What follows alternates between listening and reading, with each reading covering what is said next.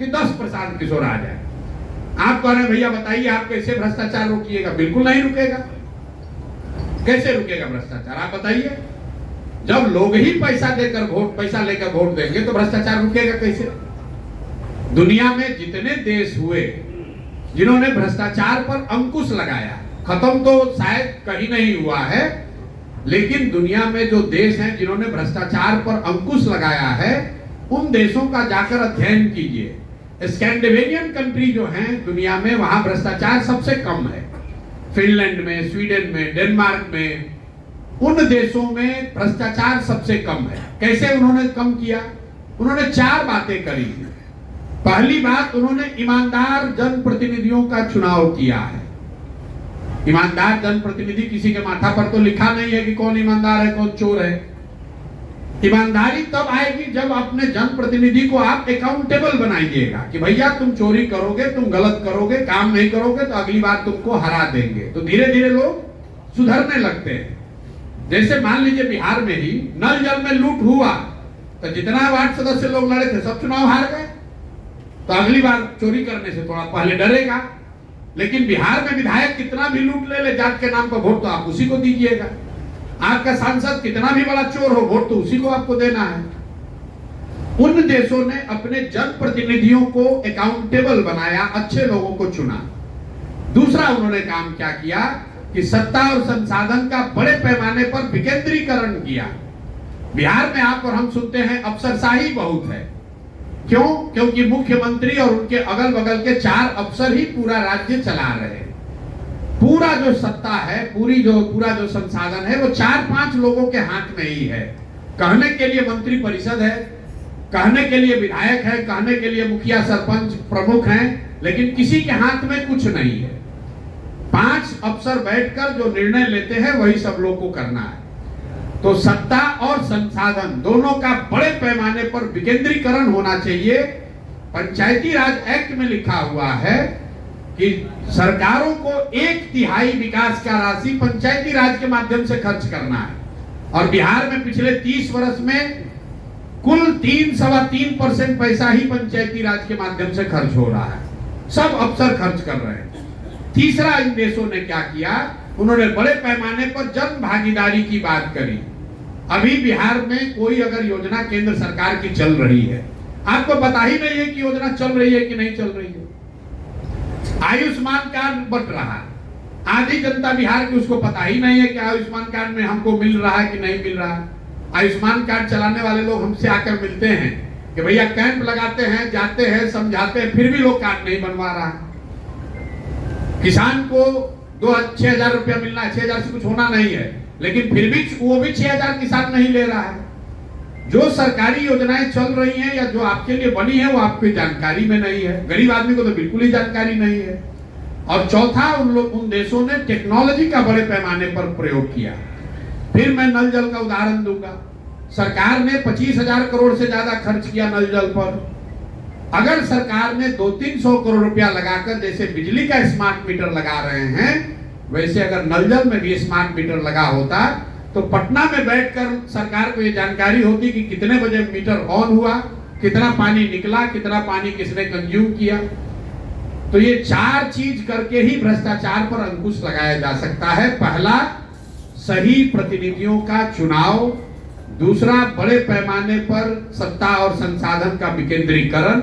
तीसरा, जन भागीदारी। और चौथा, टेक्नोलॉजी का प्रयोग। इन चारों के समायोजन से भ्रष्टाचार पर अंकुश लगाया जा सकता है, खत्म नहीं किया जा सकता है। कोई आकर कह रहा है नेता, अरे हमको वोट दे दो, हम आएंगे सब ठीक कर देंगे, तो आपको सिरे से मूर्ख बना रहा है या खुद बड़ा मूर्ख है। ये संभव नहीं है। आपने देखा इस देश में जन लोकपाल का नाम आया कि ये कानून बनेगा, देश से भ्रष्टाचार खत्म हो जाएगा। जो लोग इसका आंदोलन किए वही लोग भ्रष्टाचार में जेल में गए हैं।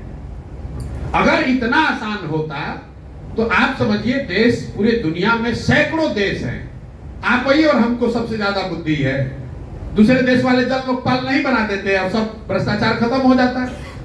कोई सिल्वर बुलेट नहीं है कि बस एक कानून बनाए और भ्रष्टाचार खत्म हो गया।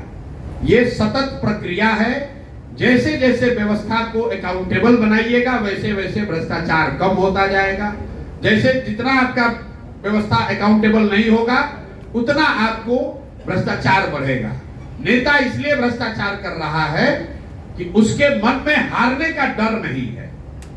उसको मालूम है कि बिहार की जनता हम कितना भी लूटपाट मचा ले अंत में आकर वोट हमको ही देगा। जाति के नाम पर दे या लालू के डर से दे या भाजपा के डर से दे, वोट हम ही को देगा। पूरे देश में 5 राज्य ऐसे हैं जहां देश की 1/3 इकोनॉमी है। केरल, तमिलनाडु, कर्नाटक, आंध्र प्रदेश और तेलंगाना। ये 5 राज्य 1/3 देश की इकोनॉमी इन्हीं 5 राज्य में है। इन 5 राज्यों में अलग अलग भाषा बोली जाती है, अलग अलग विचारधारा वाले पार्टियों का शासन है, अलग अलग उनकी टोपोग्राफी है, डेमोग्राफी अलग अलग है। बावजूद इसके एक चीज कॉमन है 5 राज्य में। 5 राज्य में कॉमन ये है कि पिछले 78 साल में कोई भी नेता वहां 10 वर्ष से ज्यादा लगातार मुख्यमंत्री बना ही नहीं है। वहां पर जनता हर 5 वर्ष पर उनको पलटते रहती है। तो नेता सब डर के मारे काम करता है कि काम नहीं करेंगे जनता हटा देगी। तो केरल में, कर्नाटक में, तमिलनाडु में तरक्की हो रहा है, फिर भी जनता वहां पलट रही है। और बिहार में 30-35 साल से लालू नीतीश ही है, फिर भी हम लोग को उसी को वोट देना है। तो भाई कैसे सुधार होगा? नहीं सुधार होगा। अगर सुधार चाहिए तो नेताओं को के मन में आपको वोटर क्या डर बैठाना पड़ेगा कि भाई काम नहीं करोगे तो तुम्हारे खिलाफ वोट करेंगे। अब एक अंतिम बात, कुछ लोग कहता है भाई जनसुराज पर क्यों भरोसा करें, जनसुराज पर क्यों भरोसा करें। जैसे पहले का लोग आकर बढ़िया बोला, गलत काम किया तो जनसुराज भी ये काम कर सकता है। बिल्कुल ठीक बात है, बिल्कुल जनसुराज पर भी भरोसा मत कीजिए, क्योंकि चुनाव से पहले तो सब आदमी अच्छे बोलता है। फिर आपको क्यों जनसुराज को चुनना चाहिए? हम आपको बता रहे हैं क्यों चुनना चाहिए। मान लीजिए कि आपको कोई बीमारी है और आप हर डॉक्टर से यहाँ लखीसराय, बेगूसराय, पटना सब दिखाकर थक गए। डॉक्टरों ने कह दिया आपकी बीमारी लाइलाज है, इसका कोई दवा नहीं है, भैया आप दवा अब खान पान में संयम रखिए, जीवन जैसे चल रहा है चलाइए, अब ये रोग ठीक नहीं होगा। आप उदास होकर घर बैठ जाइएगा। एक दिन डॉक्टर साहब फिर फोन करेंगे आपको कि भाई जरा आइए, एक नई दवा आई है, पूरा प्रमाणित तो नहीं है लेकिन 20% संभावना है कि शायद ये दवा आपके रोग को ठीक कर दे।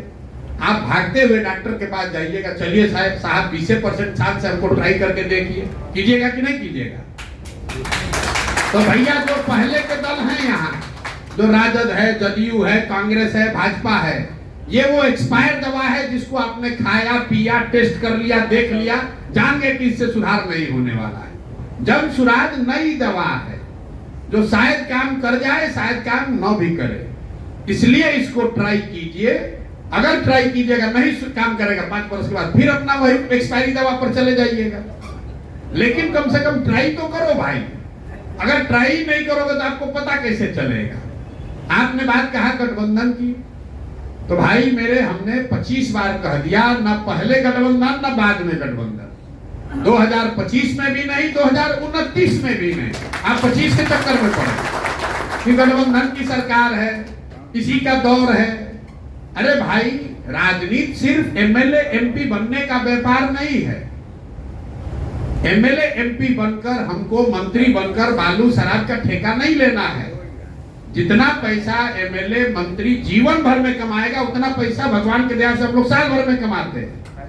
हमको पैसे के लिए यहाँ राजनीति करने और एमएलए एमपी बनने की जरूरत नहीं है। बिहार के लड़के हैं, इसी मिट्टी में जन्म हुआ है, यहीं से पले बढ़े हैं, जीवन में कुछ हासिल कर लिए हैं, तो एक ये भावना है कि इस मिट्टी का कर्ज अदा करें और हो सके तो सुधार के लिए प्रयास करें।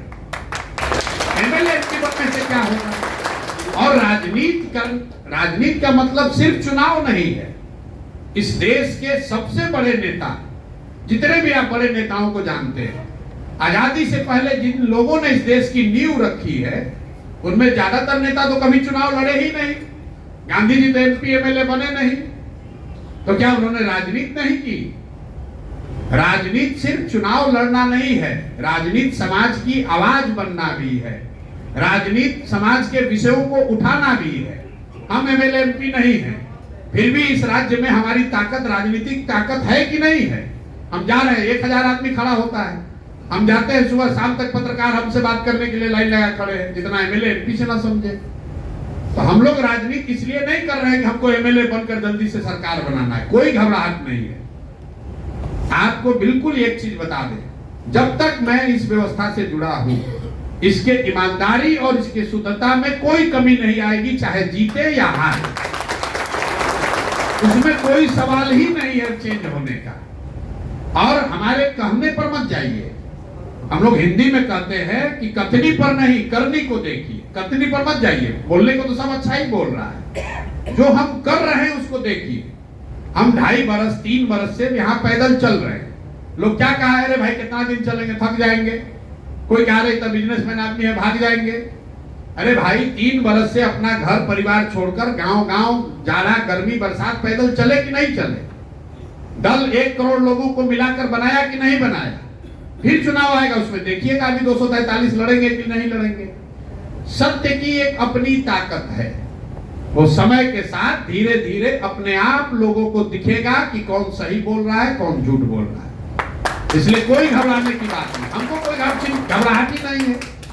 दूसरे क्यों घबराए हुए भैया, कौन गठबंधन कीजिएगा? अरे भाई हमको 10 वर्ष लगेगा, हमको कोई घबराहट नहीं है, कोई घबराहट नहीं है। हम लोग रास्ते में चलते हैं, कोई आदमी आकर कहता है भैया बहुत अच्छा काम कर रहे हैं। आज भी लड़के कह रहे हैं भैया एकदम हिम्मत नहीं हारना है, लगे रहना है, आज नहीं तो कल भविष्य तो आप ही का है, जनसुराज का ही है। हम अपने मन में हंसते हैं। देखिए आकर भले मन से आदमी कहता है कि भैया लगे रहिएगा, समय लगेगा लेकिन होगा जरूर। कितना बड़ा मूर्ख है, वो कह रहा है कि 30 वर्ष से हमारा जीवन नरक है, 5 वर्ष और रहेगा, 10 वर्ष के बाद सुधरेगा। अरे भाई आपको तो कहना चाहिए भैया कल बदलाव होना चाहिए। वो आके कह रहा है कि होगा जरूर लेकिन 10 वर्ष में होगा। मतलब हम लोग 30 वर्ष से कुचाकर अभी मन नहीं भरा है, 10 वर्ष और कुचाएंगे तब जगेंगे। अरे भाई प्रशांत किशोर का जीवन तो बढ़िया चल रहा है। हमारा लड़का तो आज भी देश के सबसे अच्छा स्कूल में पढ़ रहा है। आपकी जिंदगी परेशान, आप जिंदगी से परेशान हैं, आप यहाँ के भ्रष्टाचार से परेशान हैं, आप शिक्षा व्यवस्था बदलना चाहते हैं, तो आप 10 वर्ष और क्यों बर्बादी में रहना चाहते हो भाई? कोई दूसरा आदमी कहता है कि अच्छा इनको 5 वर्ष देख लो, तब आपको कहना चाहिए भाई यहाँ 35 वर्ष से कुचाते भरा मन भर गया है, अब कम से कम कोई एक विकल्प दिखाए, जल्दी पकड़ेंगे इसको कि 5 वर्ष और इंतजार करेंगे। लेकिन बिहार का आदमी है, धीरे धीरे ही सुधरेगा। गाय जमा हुआ है, उस पर दौड़ने जाइएगा, फर्श पर गिर जाइएगा, हाथ पे टूट जाएगा। काई जब लग जाती है फर्श पर, उसको बैठकर झाड़ू से ईंटा से बैठ के रगड़ना पड़ता है। तो वैसे बिहार के लोगों के चेतना पर काई जम गई है, उसको बैठकर साफ करना पड़ेगा और तभी सुधार होगा। सुधार तब होगा जब समाज जगेगा। बिना समाज को जगाए समझाए कोई व्यक्ति, कोई विचारधारा, कोई दल बिहार को सुधार नहीं सकता है। अगर कोई कह रहा है कि हम सुधार देंगे तो सिरे से मूर्ख बना रहा है, ऐसा नहीं हो सकता है। 13 करोड़ लोगों का भाग्य विधाता कोई एक व्यक्ति नहीं बन सकता है। 13 करोड़ लोग नहीं सुधरना चाहेंगे तो कोई एक आदमी आके सुधार देगा? ये संभव है। एक ही उपाय है कि उन 13 करोड़ लोगों को धीरे धीरे समझाया जाए, और उसमें कोई अगर 2-2.5 करोड़ आदमी भी जिस दिन जान जाएगा, मतलब 10 में 3 भी।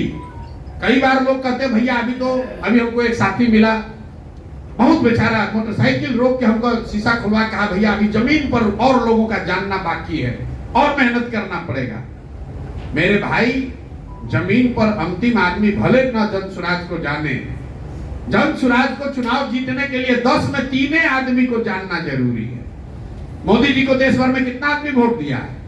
10 में 3, 31% वोट मिला है, मतलब 10 में 3 आदमी वोट दिया है।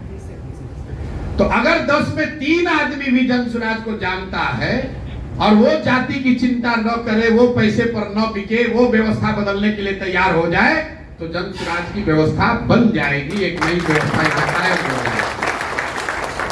तो अंतिम आदमी जान जाए तब सुधार होगा, ऐसी बात नहीं है। जनसुराज की ताकत हो या न हो, जिस दिन देश आजाद हो रहा था, आजादी से बड़ी तो कोई चीज नहीं है। जिस दिन देश आजाद हो रहा है, समझिए कि आज 15 अगस्त 1947 है, तो भी उस दिन भी हजारों लोग जो भारतीय थे वो अंग्रेजों के सैलरी पर काम कर रहे थे और आप पर, हम पर, हमारे पूर्वजों पर गोली चला रहे थे। जिस दिन जान रहे कि देश आजाद हो रहा है, आज अंग्रेज छोड़कर जा रहा है, फिर भी अंग्रेजों के कहने पर गोली चला रहा था कि नहीं चला रहा था? ऐसा तो है नहीं कि अंग्रेज का सेना खत्म हो गया था और अंग्रेज के सेना में सब अंग्रेज थोड़ी नहीं थे, तो सब भारतीय ही लोग थे। किसी भी विचारधारा से आप 100% लोगों को नहीं मना सकते हैं, लेकिन समाज में परिवर्तन के लाने के लिए 25-30% आदमी भी अगर तैयार हो जाए तो परिवर्तन संभव है। इसलिए अगर बिहार में आप व्यवस्था बदलना चाहते हैं तो दूसरा क्या कर रहा है उसकी चिंता छोड़िए, अपना शुरुआत कीजिए। आप गलत नहीं करेंगे तो गलत नहीं होगा। मैडम ने कहा कि जाति इसलिए है कि यहाँ पढ़ाई नहीं है, इससे बड़ा कोई गलत बयान ही नहीं हो सकता है। यहाँ इसका कोई कोरिलेशन, कोई प्रमाण नहीं है कि पढ़ा लिखा आदमी कम जातिवादी है। जो जितना पढ़ा लिखा है उतना ज्यादा जाति का एक्सप्लॉयटेशन कर रहा है। ये भ्रम है लोगों का, ये लोगों का भ्रम है कि पढ़ा लिखा आदमी बेहतर वोटर है। हम आपको एक उदाहरण दे देते हैं। मनमोहन सिंह जी अपने जीवन में एक ही चुनाव लड़े। मनमोहन सिंह जी जीवन में एक चुनाव लड़े और वो चुनाव हार गए। लोकसभा का एक चुनाव मनमोहन सिंह जी लड़े, वो चुनाव हार गए। हारे किससे? भाजपा का एक अदना सा कार्यकर्ता उनको हरा गया। लेकिन मनमोहन सिंह जी कहां चुनाव लड़े थे? वो झंझारपुर, लखीसराय, मुंगेर से नहीं लड़े थे। मनमोहन सिंह जी ने वो चुनाव लड़ा था दक्षिण दिल्ली से, जो देश का सबसे ज्यादा पढ़ा लिखा कंस्टिट्यूएंसी है। तो सबसे ज्यादा पढ़े लिखे कंस्टिट्यूएंसी के वोटरों ने मनमोहन सिंह को हराकर एक अदना से कार्यकर्ता को जिता दिया। अगर मनमोहन सिंह झंझारपुर से हार गए होते, मुंगेर और मधुबनी से हार जाते, तो लोग कहता बिहार में तो जाट है इसीलिए सब मनमोहन सिंह को हरा दिया। ऐसी बात नहीं है। हम लोग गांव देहात में कहते हैं हमारी दादी पढ़ी लिखी नहीं थी लेकिन बहुत होशियार थी। लड़का हमारा पढ़ लिख गया है लेकिन है बड़ा लंपट। पढ़ाई का सीधा सरोकार समझदारी से नहीं है। अब आप में से कुछ लोग कहेंगे भाई अगर आप ये बात कह रहे हैं तो तेजस्वी का 9वीं फेल पर काहे बोलते हो? ये आपको समझा देते हैं क्यों बोलते हैं। हम ये कह रहे हैं कि पढ़ाई और समझदारी का कोई कोरिलेशन नहीं है। बिना पढ़ा लिखा आदमी भी बहुत समझदार हो सकता है। तेजस्वी के 9th फेल होने की बात इसलिए कहते हैं कि अगर परिस्थिति बस आर्थिक सामाजिक किसी वजह से आप पढ़ लिख नहीं पाए, ये संभव है। इस देश में तमिलनाडु के सबसे प्रसिद्ध मुख्यमंत्री कामराज बिल्कुल पढ़े लिखे नहीं थे, क्योंकि आजादी की लड़ाई में उनको जेल में डाल दिया गया, नहीं पढ़ पाए। लेकिन जब आपके माँ बाप दोनों मुख्यमंत्री हैं, आपका आर.के. पुरम, डीपीएस आर.के. पुरम में आपको पढ़ने के लिए डाला गया, उसके बावजूद आप 9वां नहीं पास कर पाए, इसका मतलब है कि आपका पढ़ाई से कोई सरोकार नहीं है। चलो मान लो उस समय कहते भाई हम पढ़ नहीं रहे थे, क्रिकेट खेल रहे थे, चलिए क्रिकेट खेलने चले गए। क्रिकेट खेल के जब लौटे, आप देखते हैं समाज में कि जिसको पढ़ाई के प्रति श्रद्धा है, जो पढ़ाई की महत्ता को समझता है, उसको जीवन में जब पहले अवसर नहीं मिलता है, बाद में जब अवसर मिलता है, कॉरेस्पॉन्डेंस से भी लोग पढ़ते हैं, लेकिन पढ़ते हैं। कई बच्चियां आपको मिलेंगी जो बताएंगी कि हमारे माँ बाबूजी नहीं पढ़ाए, शादी हुआ तो हमारे ससुर या हमारे पति ने हमको पढ़ाया। तेजस्वी यादव को जीवन में कभी पढ़ने के प्रति कोई चेतना जगी ही नहीं। अरे भाई अभी से पढ़ लेते, कॉरेस्पॉन्डेंस कर लेते। ये दिखाता है कि उस आदमी की शिक्षा के प्रति उसका नजरिया क्या है। उस आदमी को शिक्षा की कोई महत्ता ही नहीं है। और बिहार जैसे राज्य में जब तक हम लोग अपने समाज को शिक्षित नहीं करेंगे, बच्चों को पढ़ाएंगे नहीं, तब तक गरीबी से निकलने का कोई रास्ता ही नहीं है।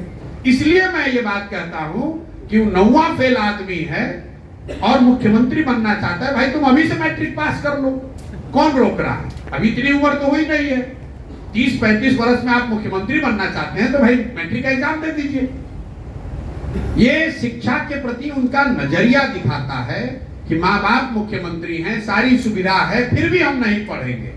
तो जब उस नजरिया का आदमी मुखिया बन जाए तो बिहार में शिक्षा पर कभी ध्यान नहीं देगा, और जब शिक्षा पर ध्यान नहीं देगा तो आपके हमारे बच्चों का कल्याण नहीं होगा। इसलिए बात करते हैं। बाकी पढ़ाई लिखाई होने से लोग हिंदू मुसलमान नहीं करेंगे या पढ़ाई लिखाई करने से अगला पिछड़ा नहीं करेगा, ऐसी बात नहीं है। पढ़े लिखे लोग ज्यादा कम्युनल हैं। कई ऐसे आप घटना देखिएगा, पढ़ा लिखा आदमी ज्यादा हिंदू मुसलमान कर रहा है, ज्यादा अगला पिछड़ा कर रहा है। मेरे भाई, आप अपने में सुधार कीजिए। और एक बात अंतिम समझिए, ये प्रयास हम करें या आप करें, प्रयास आज हो या 20 वर्ष के बाद हो, करना तो किसी न किसी बिहार के ही बच्चे को पड़ेगा। कोई तमिलनाडु से आकर सुधारने वाला नहीं। सिर्फ ये कहते रहने से कि बड़ा अंधेरा है, बड़ा अंधेरा है, प्रकाश नहीं होगा। किसी न किसी को दिया जलाना पड़ेगा। इसीलिए ये अभियान शुरू किया गया है।